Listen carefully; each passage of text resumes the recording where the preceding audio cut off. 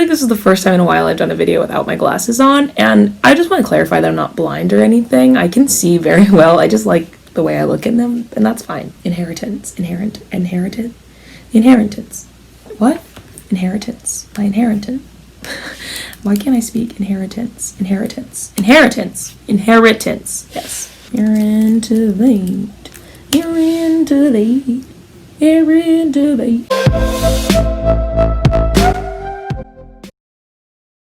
Hi everyone, and welcome back to Azaria's Place.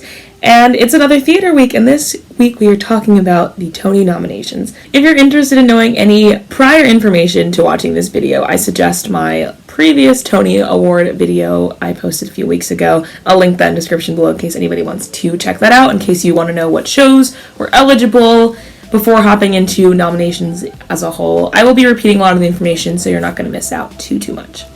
Just to backtrack a bit, the Tony Awards are presented by the American Theater Wing and the Broadway League, and on August 21st, it was announced that we would have a Tony Awards in some capacity. However, since that announcement and since the Tony nominations announcement, there has still not been any talk of a host or a date, just that it will be in some digital format. We don't really know what that means, but either way, I'm very excited. So we're just going to hop right into it. It was really interesting to just see the outcome. It was already a really odd year for us, but I'm just so happy that we're getting one in general. But there are so many different things that I could talk about under this umbrella of the Tony Awards nominations, just because there were a lot of reactions that came from this.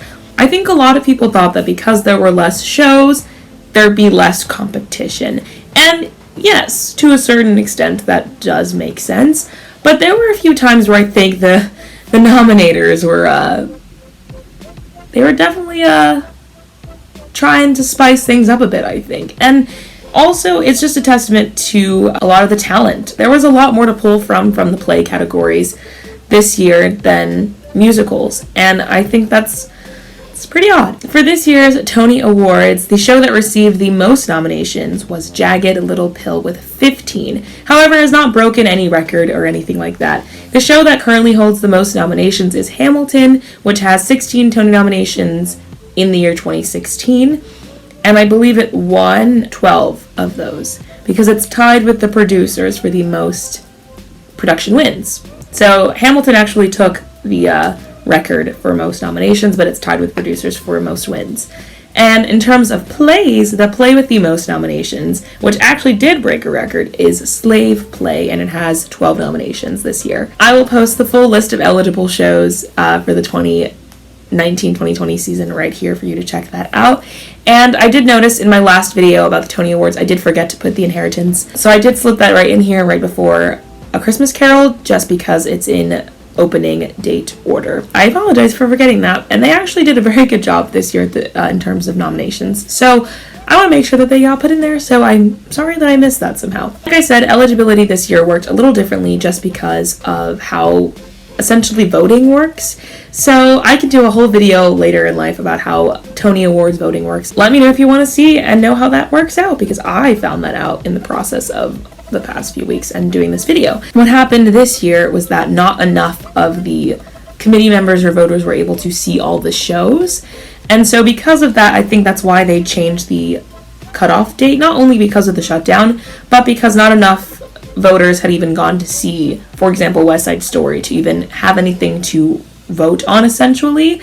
And the way voting works is you have to excuse yourself from voting in categories that have a specific show if you didn't see it, because it's not fair. You can't vote for the best musical category if you've only seen one of the 5 shows nominated. This year they made the cutoff date February 19th. Let's talk about some of these nominations. I was actually very overjoyed. This was actually my first time watching the Tony nominations presentations. This year they were presented by James Monroe Iglehart, who won the Tony for playing the genie in Aladdin the Musical in 2014. So I was really excited to see that familiar face from one of the goodies that I like. He started talking about his Tony Award as soon as he got on, and I'd do it too if I had a Tony Award. I'm actually going to post over here again a graphic of all the nominations that each show received. there were only a couple that received 0. So out of the 18, only 3 shows did not receive any nominations. And those shows were The Great Society, The Heart of the Storm, and The Lightning Thief, which is the Percy Jackson musical. But as you can see, for the most part, a lot of the wealth was spread around in terms of nominations. A lot of articles will say that it was a pretty sad and weird experience listening to the Tony nominations, but honestly, I was just very excited because I think we all know what show I was rooting for at this point, Moulin Rouge, till I died. So speaking of Moulin Rouge, let's talk about that Best Actor in a Musical category. So in my previous video, I talked about how there was a possibility that they might just nix Best Actor in a Musical category altogether, seeing as there were only 2 actors eligible, and that was Chris McCarroll and Aaron Tveit, which Aaron Tveit was Christian in Moulin Rouge, and Chris McCarroll played Percy Jackson in the Percy Jackson musical. The reason they were the only 2 eligible for that category was because the only 2 other musicals eligible this year were Tina the Tina Turner musical and Jagged Little Pill, and none of those shows had actors eligible for that category. It turned out that out of the 2 men eligible, only one of them received a nomination, and that was Aaron Tveit. So naturally, I was super excited, and I thought Aaron Tveit won a Tony. And I was going around talking about how Aaron Tveit's gonna win a Tony, and then like 5 minutes later, I received information that that was incorrect. And truthfully, let's be honest, he deserves this Tony. This is Aaron Tveit's first Tony Award, which is kind of insane to think about. If you know him from Next to Normal or Catch Me If You Can, you understand what I mean. I personally think he's going to win the Tony. I don't imagine people saying, no, he can't have this Tony. I don't imagine it. According to those Tony bylaws, since he's the only actor nominated in this category, there must be 60% of the voters who vote yes for Aaron Tveit to win the Tony. So we'll have to wait for him to get his Tony, but that's okay, because I think he's going to take it, to be honest with you. And like I said, Chris McCarroll was the only other option, and he was not nominated, which kind of leads me into the overall nominations in general. So, as I said, there were only 4 musicals eligible for a Tony this year, and those were The Lightning Thief, Tina the Tina Turner musical, Moulin Rouge the musical, and Jagged Little Pill. Of those 4, only 3 received nominations, and those were Moulin Rouge, Jagged Little Pill, and Tina the Tina Turner musical. And that's in any musical-related category. The Lightning Thief did not receive any nominations, which has been a big area of tension for a lot of people. I watched a few Tony nomination reaction videos, and a lot of people were very upset that Chris McCarroll, at least, and the score were the big ones that were not recognized, that people felt a little more upset about. And that was because out of the 4 musicals eligible, Percy Jackson was the only one to have an original score. All of the other musicals are jukebox musicals. That means that they are musicals that feature songs of a popular music group or a specific genre. So, for example, Moulin Rouge is mainly pop.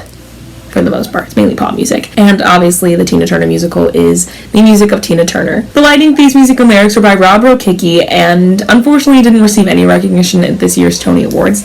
And some articles described this as petty. Take what you will from that. I'm not going to comment on it. I would say inform yourselves. Go listen to The Lightning Thief and tell me what you think of it in the comments below. Like I said, The Lightning Thief just didn't get anything in terms of design category, so no costuming, no set, no lighting, no sound, no music, and no original score. This year, they didn't actually take out that category. I believe the only category to be removed this year was Best Revival, and that was because, like I said, West Side Story did open, but it didn't meet the cutoff date, and Girl from North Country, I believe, also did open, and it was Bob Dylan music, I believe, and that opened on March 5th, so they did open, but again, they just didn't meet the cutoff date. So they were not eligible, and therefore there is no Best Revival category, but I think that means that next year there will be a ton of revivals nominated, because we also have shows that did already go into previews, such as Company, which was actually running in previews. It had not officially opened yet. So I think that next year the revival category is going to be a little bit steep. So in terms of the Best Original Score, you would automatically probably assume that that would go to musicals, as it typically has in the past. However, and I think this is because all of the musicals are jukebox musicals, not a single one of the musicals eligible were nominated for Best Original Score. And we didn't completely get rid of this category like we did for revivals. Instead, there were only plays nominated for Best Original Score, which is kind of cool. I tried to find it, and I don't think that a single play has won Best Original Score, which means I think this would be the first year in Tony Awards history that any play has won Best Original Score. The plays that were nominated for Best Original Score are A Christmas Carol, The Inheritance, The Rose Tattoo, Slave Play, and The Sound Inside. You'll also notice when looking at the full list of nominations, which again I will put in the description below in case anyone wants to look at that, some of these categories don't even have 5 nominations. Like I said, Aaron Tveit is the only actor nominated for Best Actor in a Musical, and there are quite a few categories where only 3 nominations are present. On one hand, I like that, but on the other hand, I don't, because I think it shows that they're still taking it just as seriously, that they are still trying to make sure it's a recognition for the best talent of the season that we did have regardless of the situation. So I do like that, but at the same time, everyone's going through such a rough year already that it's like,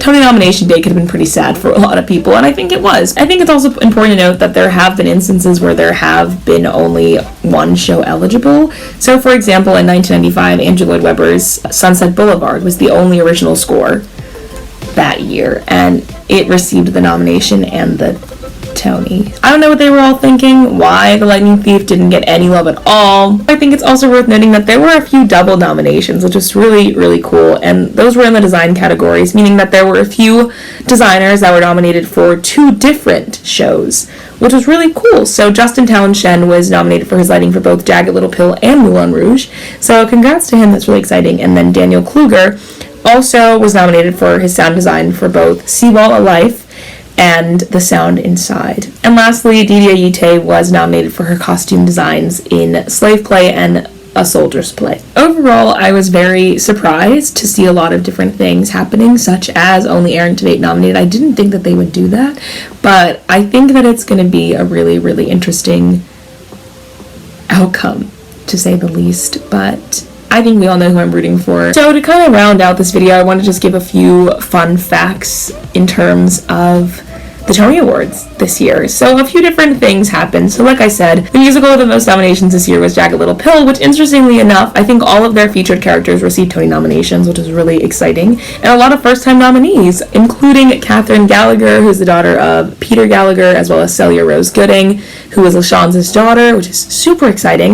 Both LaShawne's and Celia were both on Broadway this season. LaShawne's was in A Christmas Carol when that was playing over the holiday season. Some highlights of the nominations were Frankie and Johnny in the Claire de Lune. This actually gives Audra McDonald her 9th Tony Award nomination. She currently has 6. This is also Danny Burstein's 6th nomination, which I'm very excited. He plays Harold Ziegler in Moulin Rouge. Again, Moulin Rouge forever.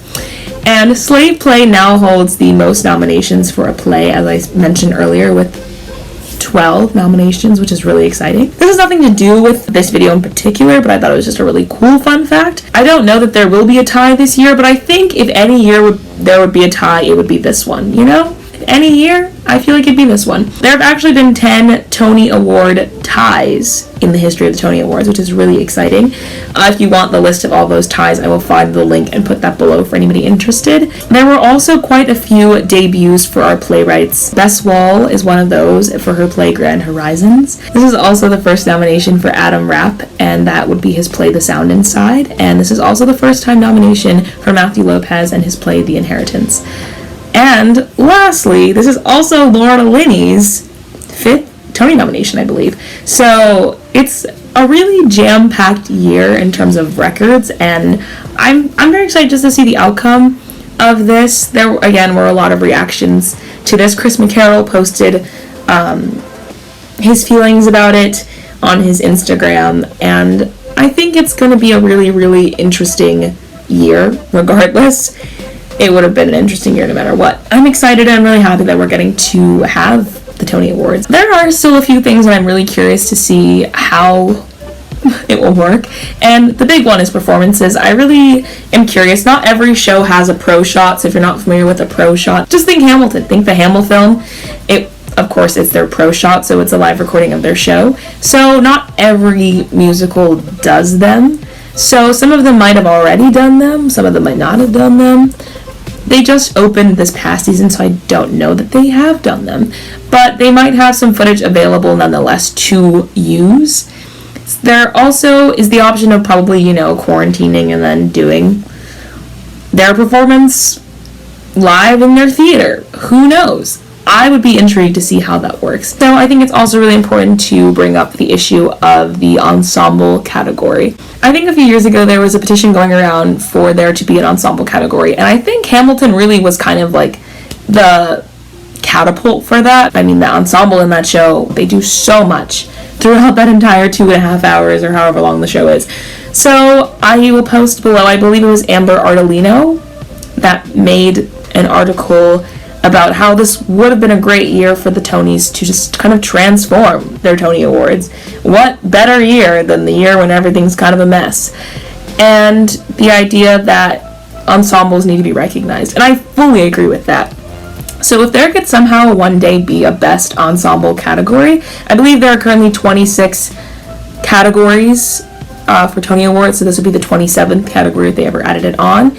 And I think that it'd be really, really cool to see a best ensemble category. That way it gives recognition to the bigger groups that don't typically get nominated. So, for example, in Moulin Rouge, you have a giant ensemble of dancers, and I think it'd be really cool to see them get some kind of recognition, or even a special Tony Award. That would be nice, a special Tony Award for the best ensemble that year, and people just vote on what ensemble they like.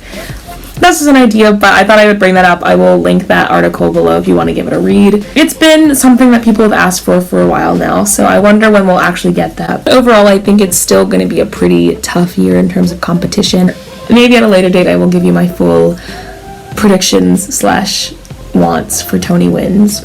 And I will get back to you about how Tony voting works, because I think it actually is a really intricate system that we all could probably learn about. It's really cool. I don't know how you become a part of that committee, and maybe that's something that I'll look up for you guys. But for right now, on to the Show Tune Spotlight.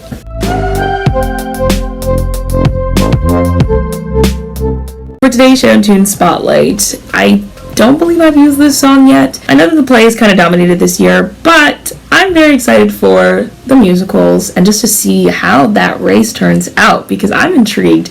They're practically neck and neck in terms of nominations, so I'm really intrigued to see how this turns out, because Moulin Rouge had 14 nominations, Jagged Little Pill has 15, and Tina has 12. So I'm very, very intrigued to see how this turns out between the musicals, and because of that, I chose a musical from Something Rotten. It's a very fun show.